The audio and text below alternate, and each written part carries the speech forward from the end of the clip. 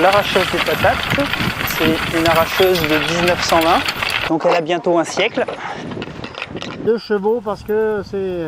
Alors c'est très tirant, c'est très tirant comme matériel, puisqu'on soulève la butte de terre et après on va venir... Là, la machine va venir soulever les buttes de terre.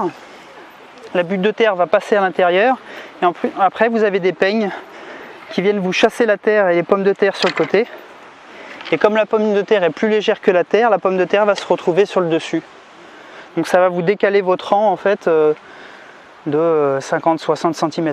Et ce qui fait que la terre étant balayée, les pommes de terre étant plus légères, elles se retrouvent propulsées plus loin que la terre. Et ensuite, on a quelques restes qui vont rester, qui restent un petit peu dans le sol. On y passe un coup de canadien et on y ramasse. Mais grosso modo, c'est le mode de... En traction animale, c'est le seul outil qui va vraiment bien fonctionner, ça. Et alors là, on reste sur vraiment du système basique, quoi. Si tu veux venir voir le système mécanique de l'appareil, c'est un embrayage. Donc une couronne, un pignon et un système d'embrayage. Voilà. Il n'y a pas d'électronique, il n'y a pas d'hydraulique, il n'y a pas de... C'est incroyable en fait. Percheron, ouais.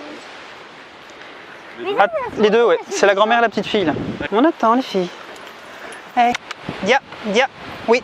Alors moi j'ai été faire une formation chez un maître meneur en Creuse, chez Frédéric Carlier. Il y avait déjà des très bonnes bases puisque j'avais fait l'école des jockeys. Et en fait je voulais faire un approfondissement. Et il s'est trouvé qu'en fait j'avais tout à apprendre parce qu'en fait c'est un monde complètement différent. En fait, la traction animale, c'est pas de l'attelage. Et plus dans la compétition, on a besoin de chevaux qui soient calmes.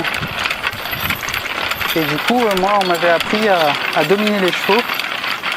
Et en fait, ça fonctionne pas. À dominer les chevaux, c'est un partenariat en fait. Donc on ne doit pas les dominer parce que un cheval qui a peur, c'est un cheval qui s'emballe. Et un cheval que vous dominez, c'est en général par la force. C'est tout dans la PD que je vis, dans la communication, dans l'amour.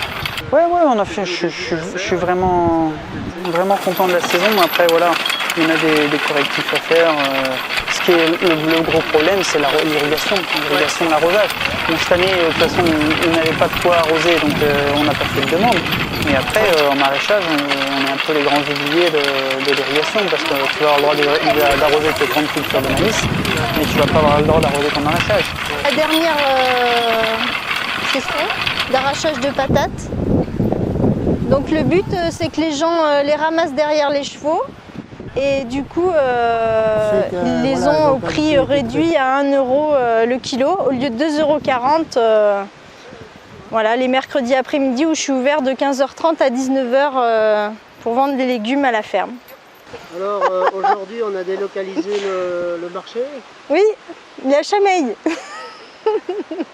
On est à la petite ferme de Chameil. Qu'est-ce que tu proposes là? Parce que là, il y a encore pas mal de légumes, de choses de saison là.